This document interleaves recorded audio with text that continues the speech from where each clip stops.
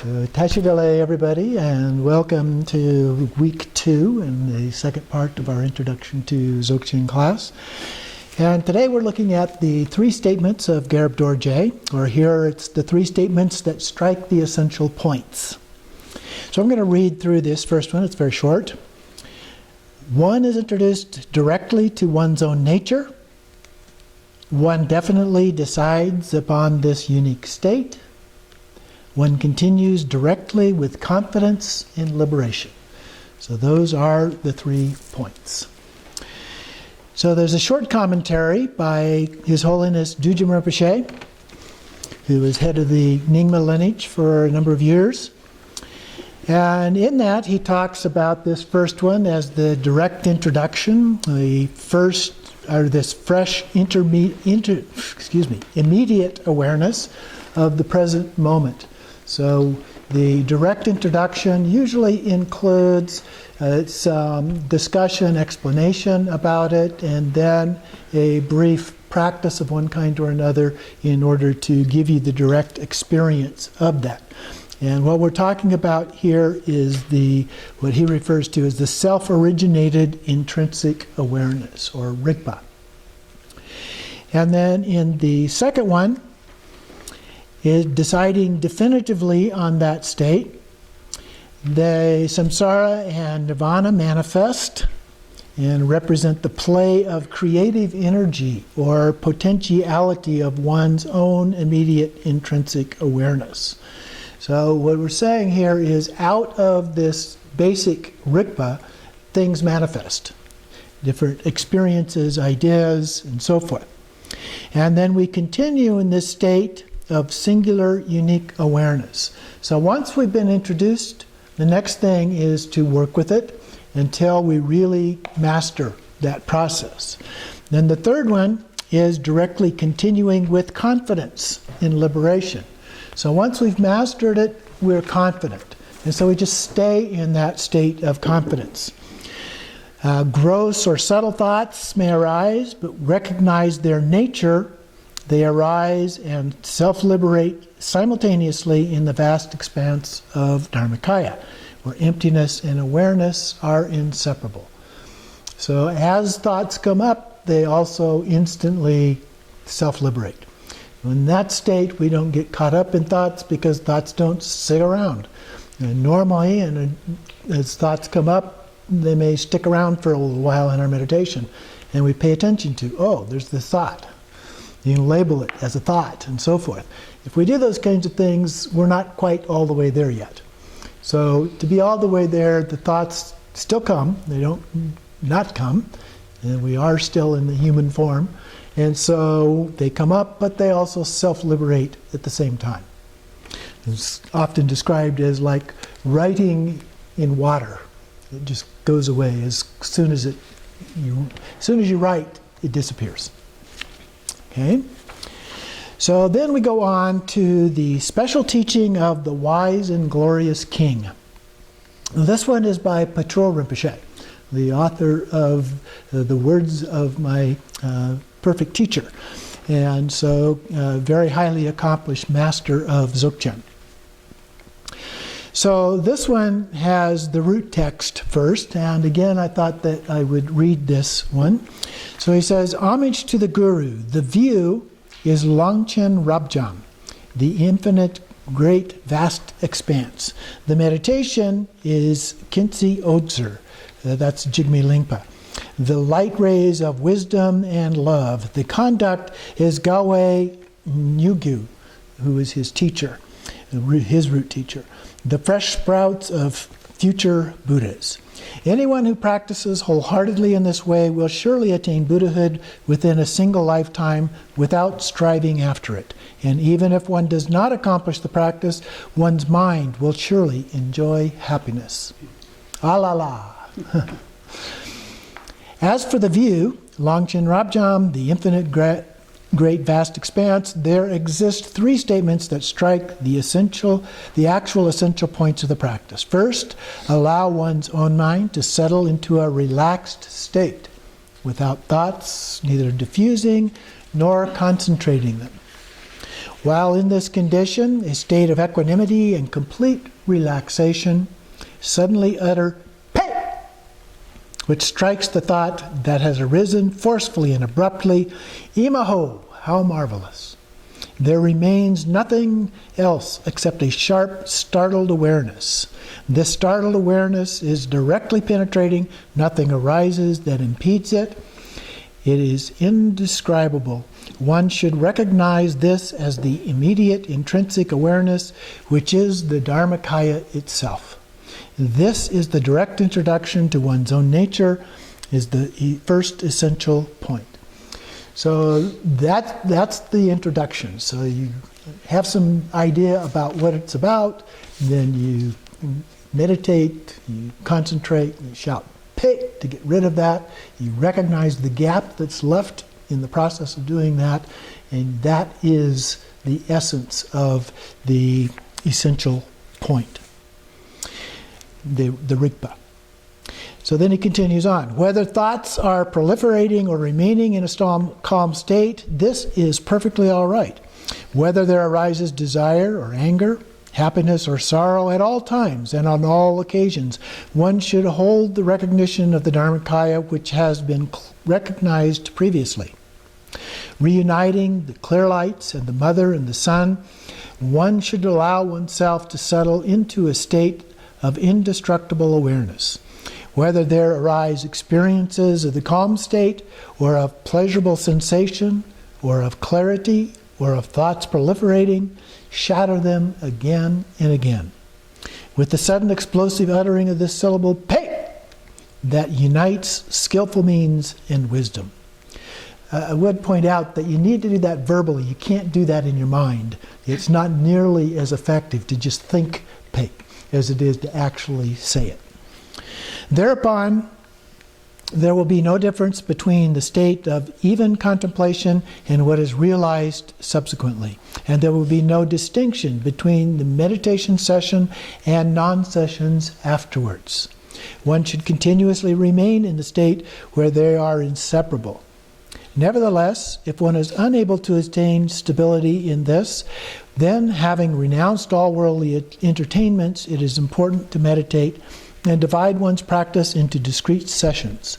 At all times and on every occasion, one should continue in the state of this single Dharmakaya, and one should discover that there is nothing other than this. Thus, directly discovering the single state is the second essential point. So having recognized what Rigpa is, then we practice over and over and over again until we attain stability and confidence in that.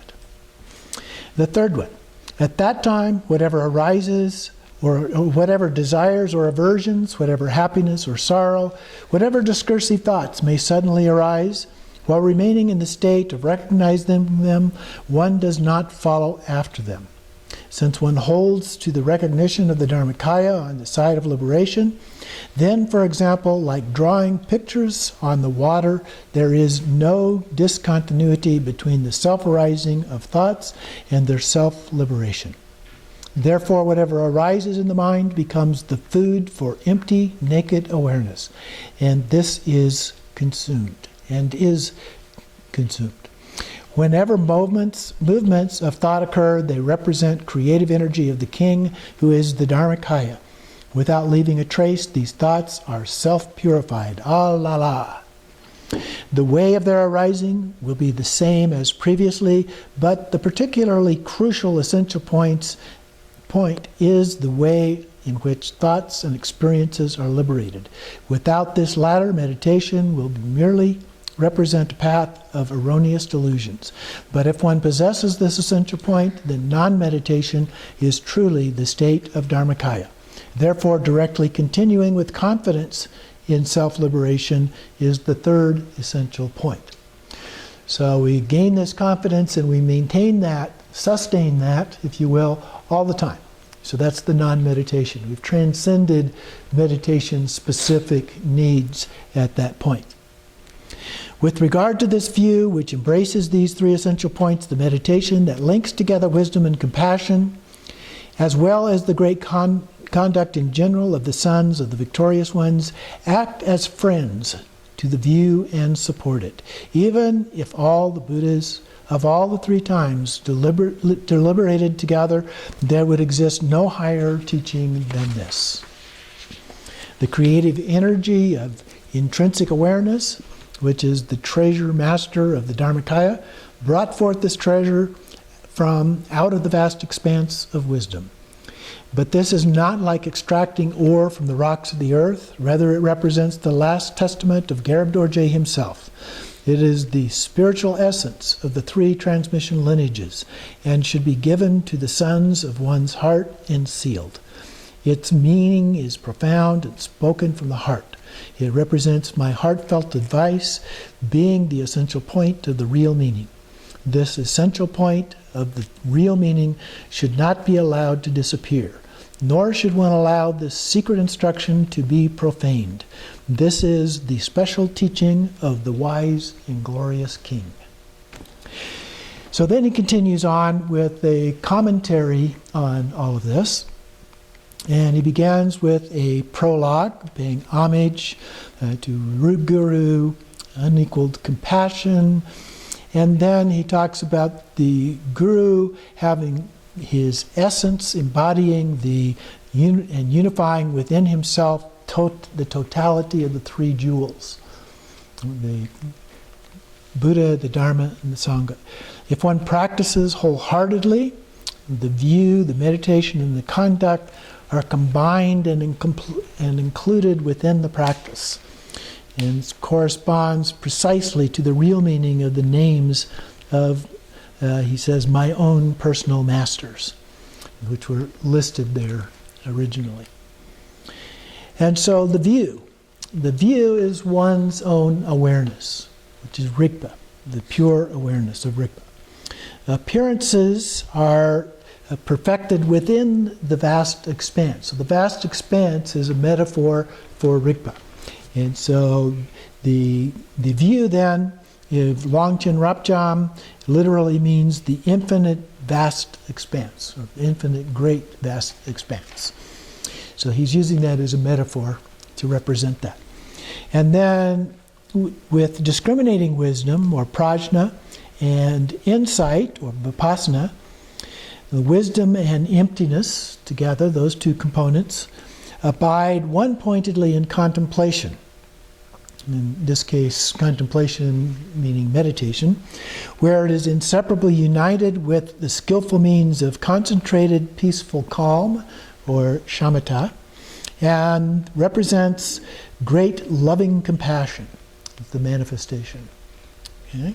So meditation then is kintsi odzer, which means here in the metaphor, the light rays of wisdom and love. Now, the ultimate state of enlightenment is that combination of compassion and emptiness, or in this case, wisdom and love, same things. Okay, so that's the ultimate state in a literal way. And then practice is the practice of the six perfections, or six paramitas, for the benefit of others, following the path of the bodhisattvas. It says, fresh sprouts then grow into future Buddhas. The conduct is the conduct of Gawe Nyugyu, the fresh sprouts of future Buddhas. And so we practice this wholeheartedly, meditation, view, meditation, and conduct. And then in this present life, we will become liberated. And then he goes on to say that we will surely attain Buddhahood within a single lifetime without striving after it. And that's one of the keys in terms of the practice in this tradition, the Dzogchen tradition, is without effort. You let it happen naturally. And even if one does not accomplish the results, one's mind will enjoy happiness. Alala. So then he goes on, that was the prologue, so then he goes on into the first essential point. And here he talks about cutting off at the root the very vitality possessed by delusions. So the basic ignorance is fundamental ignorance. So we cut it off at the root. If we cut it off at the branches, it'll come back. It's like pruning a tree or something. The branches keep growing back. So you have to get rid of the root in order for that to happen. And the root is our fundamental ignorance of the lack of understanding of the true nature of things. So first one systematically establishes the view by means of various authoritative scriptural traditions and by reasoning. So we study the texts, we think about the texts, contemplate those, we use reasoning to make sure that we understand that, and then one is introduced to the actual knowledge of primal awareness. So this was the introduction of this. So we have some background through the study, the explanations that we have received, and contemplating it, and then we get the direct experience. So here the method is to introduce directly the nature of mind by way of the dissolving of all mental activities. So first, we must allow gross discursive thoughts to settle down in the mind to become clear. So basically, shamatha. So we settle into this relaxed state. And then, mind, when it is allowed simply to settle down, becomes primal awareness, which is the clear light, or rigpa. And then without thoughts, neither diffusing nor concentrating them. We just stay in this state.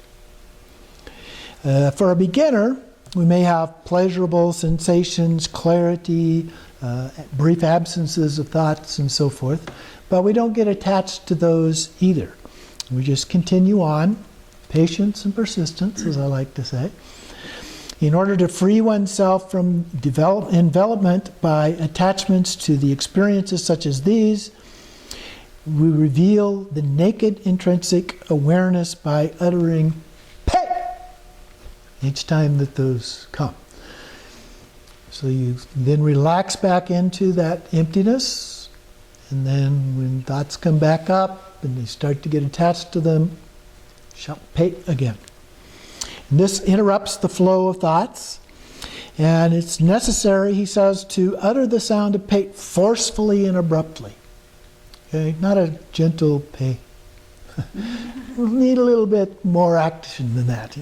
"Pei!" Really go after it when you do that. Now, if you're around other people, you might want to let them know what you're doing, but it's probably better to do it when other people aren't around.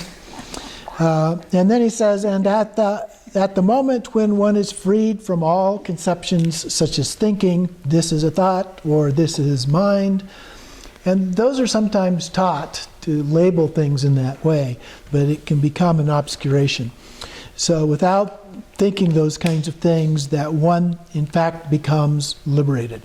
There remains nothing but sharp, startled awareness. So naked awareness remains as it is, the knowledge or primal awareness.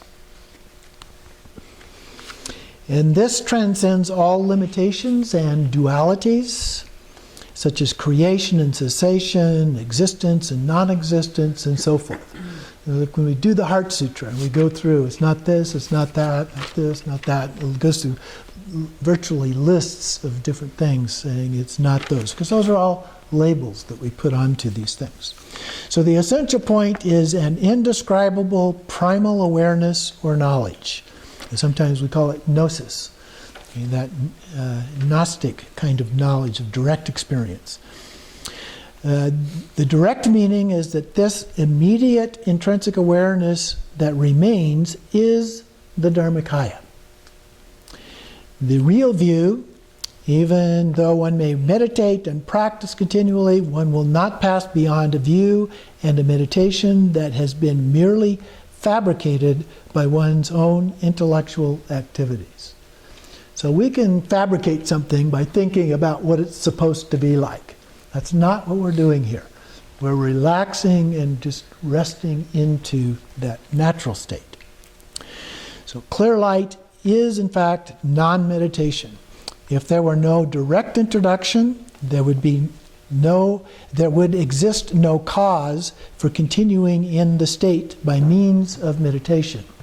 So that becomes the cause for us to continue in that state. Primal awareness, this knowledge or gnosis, It will no longer be something that must be sought after. Okay? So that's another potential problem we can encounter. If we're trying, oh, we're trying. That's an obscuration. Okay? Let go of trying. Let it happen naturally.